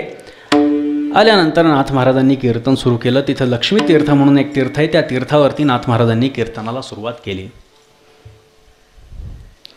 लोकांनी विचारलं की नाथ महाराज आपण गेलात, पुन्हा आलात, आम्हाला खूप चांगलं वाटलं, पण हे येणं आणि जाणं हे कधी घडतं आम्हाला जरा जाणून घ्यायचं आहे. नाथ महाराजांनी सांगितलं धर्माची वाट मोडे, अधर्माची शीग चढे, तै आम्हा येणे घडे संसार स्थिती, आम्हा का संसारा येणे, हरिभक्ती नामस्मरणे, जडजीव उद्धरणे नामस्मरणे करुणे, नानामते पाषांढ, कर्मठता अतिबंड, तयाचे ठेचणे तोंड हरिभजने, विश्वरूप सृष्टी अर्जुना दाविली दिठी, भिन्न भेदाची गोष्टी बोलू नये, एका जनार्दनी धरिता भेदमरी, दुरावले येथुनी निंदक जाण. अशा पद्धतीचा शेवटच्या अभंगावर नाथ महाराजांनी कीर्तन केलं. लोकांना उपदेश केला आम्हाला काय यावं लागतं, केव्हा यावं लागतं, जेव्हा जेव्हा धर्माची वाट मोडते, अधर्म वाढीस लागतो, तै आम्हा येणे घडे संसार स्थिती, तेव्हा आम्हाला या संसारामध्ये यावं लागतं. नाहीतर आम्हाला येण्याचं काय कारण आहे, आम्हा का संसार येणे, पण हरिभक्ती नामस्मरणे, हरिभक्ती वाढवण्यासाठी आम्हाला यावं लागतं. लोकांनी नामस्मरण घ्यावं यासाठी आम्हाला यावं लागतं. जडजीव उद्धरणे नामस्मरणे करुनी, जडजीवांचा उद्धार करण्यासाठी, नामाच्या माध्यमातून जडजीवांचा उद्धार करण्यासाठी आम्हाला इथे यावं लागतं. सर्व कर्म ब्रह्मस्थिती प्रतिपादाव्या वेदोक्ती, हेची एक निश्चिती करणे आम्हा. वेदांनी जे सांगितलंय त्या पद्धतीनं आचरण करण्यासाठी आम्हाला यायचं आहे, आम्हाला यावं लागतं. नानामते पाषांढ, अनेकांची अनेक मत आहेत. कर्म करायला सांगितलंय वेदांनी, पण त्या कर्मामध्ये कर्मठता निर्माण झालेली आहे, कर्मठता अतिबंड, पण तयाचे ठेचणे तोंड, त्यांचं तोंड ठेचण्यासाठी आम्हाला यावं लागतं. पण हे तोंड ठेचणं आम्ही कशाने करतो, हरिभजने, हरिभजनाच्या माध्यमातून आम्ही यांचं तोंड ठेचतो आणि यासाठी आम्हाला यावं लागतं. आपणा सर्वांना एक श्लोक आला डोळ्यासमोर आला असेल, यदा यदा हि धर्मस्य ग्लानिर्भवति भारत, अभ्युत्थानम अधर्मस्य तदात्मानं सृजाम्यहम, परित्राणाय साधूनां विनाशाय च दुष्कृतां, धर्म संस्थापनार्थाय संभवामी युगे युगे. याच्यामध्ये सुद्धा भगवंतांनी स्वतःच्या अवताराचं कार्यवर्णन करताना जी भाषा वापरलेली आहे आणि नाथ महाराज जी भाषा वापरतायत, त्या दोघांची एकताच या ठिकाणी सिद्ध होती आहे. दोघांचे मार्ग वेगळे आहेत. कर्मठता अतिबंध, टयाचे ठेचणे तोंड हरिभजने, हे नाथ महाराज बोलतात. पण ही भाषा जर भगवंतांनी वापरली असती तर त्यांनी कशाने तोंड फोडायचं हे मात्र वेगळं टापलं आपलं ठरवलं असतं. बघा म्हणजे काय, संतांची समाजाकडे बघण्याची एक दृष्टी असते आणि भगवंताची समाजाकडे बघण्याची एक दृष्टी असते. अशा प्रकारे या दोन्हीही एकच आहेत. नाथ महाराज आणि परमात्मा भिन्न नाही, हेच या माध्यमातून नाथ महाराजांनी दाखवून दिलेलं आहे. आणि नाथ महाराजांनी आपलं अवतार कार्य सांगितलं आणि शेवटी जनार्दन स्वामींची आरती केली. जनार्दन स्वामींची आरती केल्यानंतर, आरती झाल्यानंतर विठ्ठल विठ्ठल विठ्ठल नामाचा गजर करत नाथ महाराज गोदेच्या पात्रामध्ये प्रविष्ट होऊ लागले. लोकांना आश्चर्य वाटू लागलं, अरे हे नवीन काय आता, नाथ महाराज जाणार आहे म्हटले, गेले, पुन्हा आले आणि आता हे नवीन काय. नाथ महाराजांनी कोणालाच काही सांगितलं नाही. विठ्ठल विठ्ठल विठ्ठल विठ्ठल करत गोदापात्रामध्ये गेले. गोदापात्रामध्ये गेल्यानंतर नाभीपर्यंत पाण्यामध्ये गेले. आत्मा ब्रह्मांडामध्ये विलीन केला. जलरूप झाले नाथ महाराज असं म्हणायला हरकत नाही. बघा याच्यामध्ये काही वेगवेगळे प्रवाह आहेत. एक प्रवाह असं म्हणतो की नाथ महाराज पाण्यामध्ये गेले आणि पाण्यासारखेच झाले. दुसरा प्रवाह असा म्हणतोय की नाथ महाराज पाण्यात गेले आणि त्यांचा देह काढून अग्निसंस्कार करण्यात आला. आपण पुढे बघणारच आहोत. बघा अंतःकरणाची जी अवस्था असते ना ते विशेषत्वानं देहामध्ये प्रगट होत असते. कर्दम प्रजापतीची जी भार्या आहे किंवा कपिल मुनींची जी माता आहे देवहूती, त्यांचं वर्णन असं केलेलं आहे की त्यांचा देह हा जलरूप झालेला. भक्तीमुळे त्यांचं अंतःकरण द्रवीभूत झाल्यामुळे ते एवढं द्रवीभूत झालं की देवहूतीची गंगा झाली, म्हणजे पाण्यामध्ये रूपांतर झालं. म्हणजे जलरूप होता येऊ शकतं असं म्हणायला काही हरकत नाही. कबीरांचा आपण विचार करा, कबीरांच्या देहाची फुलं झाली असं म्हणतात, किंवा वल्लभाचार्यांचं ज्ञान हे अग्निरूप आहे असं म्हटलं जातं. वल्लभाचार्य पाण्यामध्ये गंगेमध्ये स्नानासाठी गेले आणि तिथे फार मोठा असा जाळ झाला आणि त्याच्यामध्ये वल्लभाचार्य म्हणजे अग्निरूप झाले. अंतःकरणाची जी भावना असते ती विशेषत्वानं देहामध्ये प्रकट होत असते. नाथ महाराजांचंही जे अंतःकरण आहे ते भक्तीमुळे द्रवीभूत झालं होतं आणि त्यामुळे त्यांचा देह जलमय झाला असंही म्हणायला काही हरकत नाही. पण नाथ महाराज गृहस्थ होते. विचार करा, नाथ महाराज नाभीपर्यंत गेले, आत्मा ब्रह्मांडामध्ये विलीन केला आणि जलमय झाले. मग गृहस्थ असल्यामुळे त्या ठिकाणी प्रतिकात्मक त्यांच्या देहाचं दहन करण्यात आलं काठावरती. तिथल्या ब्राह्मणांनी यथाविधी देहसंस्कार पुत्रा करी करविती ब्राह्मण अशा पद्धतीचं वर्णन नाथ महाराजांचे जे आद्य चरित्रकार आहेत केशव स्वामी त्यांनी केलेलं आहे. मग ते अग्निसंस्कार झाल्यानंतर दुसऱ्या दिवशी तिथे सावडण्यासाठी गेले. तिथे तुळशी आणि पिंपळाचं रोप उगवलं.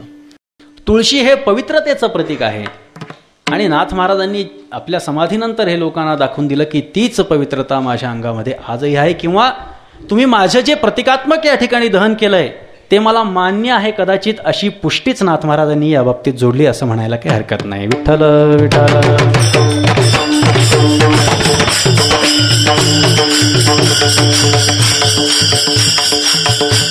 हो, त्या ठिकाणी ते झाल्यानंतर अश्वत्थाचं रोप सुद्धा उगवलं. अश्वत्थ वृक्षाणाम अश्वत्थोहम.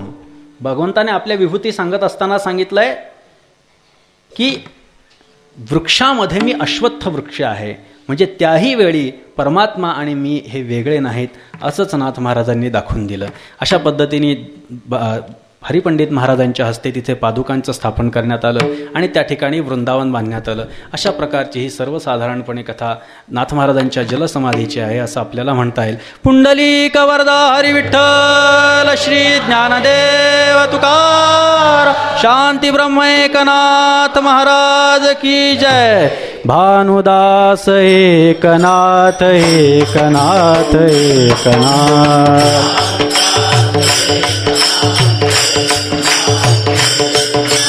भानुदास एकनाथ एकनाथ एकनाथ. सर्वांनी टाळ्या वाजवा. भानुदास एकनाथ भानुदास एकनाथ. जय जय भानुदास एकनाथ.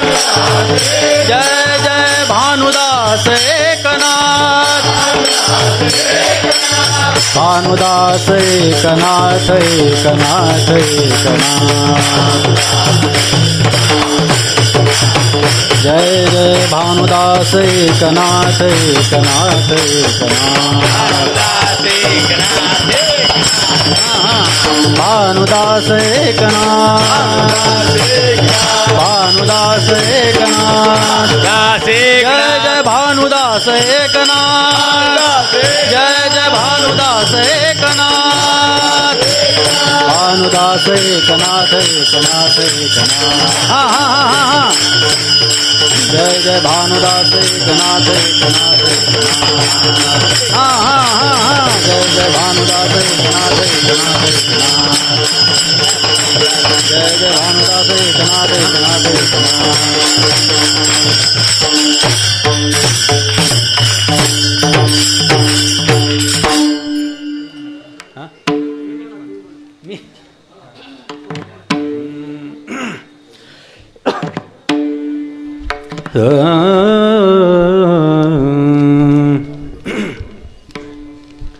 निळा म्हणे जया घडो तेथील वारी निळा म्हणे जया घडो तेथील वारी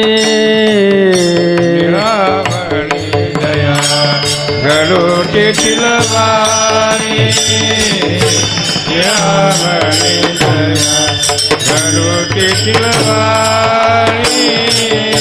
निळा म्हणे जया घडो तेथील वारी निळा म्हणे जया घडो तेथील वारी जया घडो तेथील वारी जया घडो तेथील वारी तया पुण्यासहीन वर्णावे तया पुण्यासहीन वर्णावे कृष्ण कमला तीर्थी चरणनाथांचे कृष्ण कमला तीर्थी चरणनाथांचे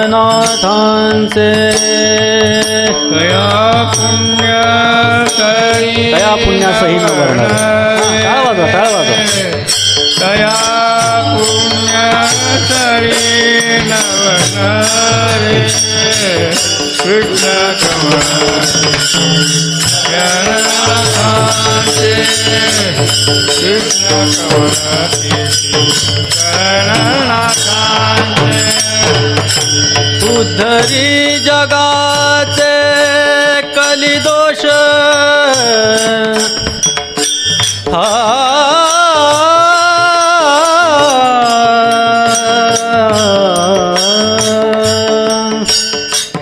उद्धरी जगाचे कलिदोष उद्धरी जगाचे कलिदोष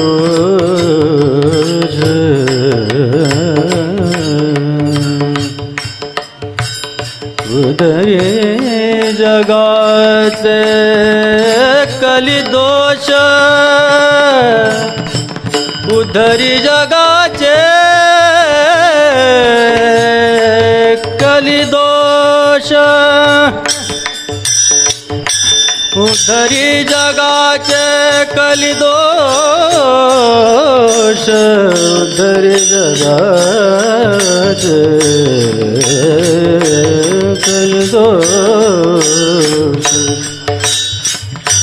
उद्धरी जगाचे कलिदोष उद्धरी जगाचे कलिदोष कृष्ण कमला तीर्थी चरणनाथांचे कृष्ण कमला तीर्थी चरणनाथांचे उद्धरी जगाचे कले दोष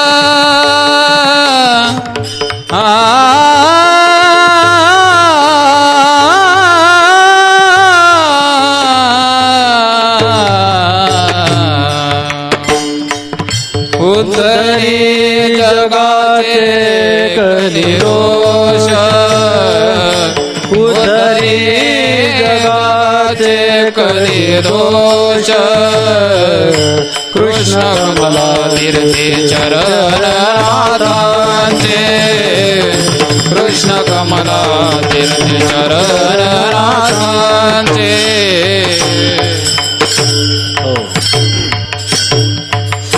दरवर्षी कुठला ना कुठला तरी विषय घेऊन या ठिकाणी अत्यंत चांगला उत्सव चालतो. सर्वजण ही महाराज मंडळी सगळेच जण बसलेत. सगळ्यांची नाव घेणं या ठिकाणी शक्य नाही, परंतु सगळ्यांच्या सहकार्यानं आणि विशेष म्हणजे सगळेजण उपस्थित राहतात. ही फार चांगली गोष्ट आहे. तुमच्या सर्व लोकांसाठी सगळ्यांसाठी चांगली आहे, पण कीर्तनकारांसाठी ती निश्चितच चांगली नाही. एवढे विद्वान लोकांसमोर काय बोलायचं मला सांगा. जशी जशी संख्या वाढत गेली तसं तसं माझ्यावरचं एक ताण तणाव ज्याला म्हणतात तो वाढत गेला. पण तुमच्या सगळ्यांच्या सहकार्यामुळे म्हणा, पांडुरंगाच्या कृपेमुळे म्हणा, नाथ महाराजांच्या आशीर्वादामुळे म्हणा झालेली सेवा ही शांतीब्रह्म एकनाथ महाराजांच्या चरणी, परमात्मा श्री विठ्ठलाच्या चरणी आणि तुम्हा सर्व हरिभक्तांच्या चरणी अर्पण करतो. विठ्ठल जय.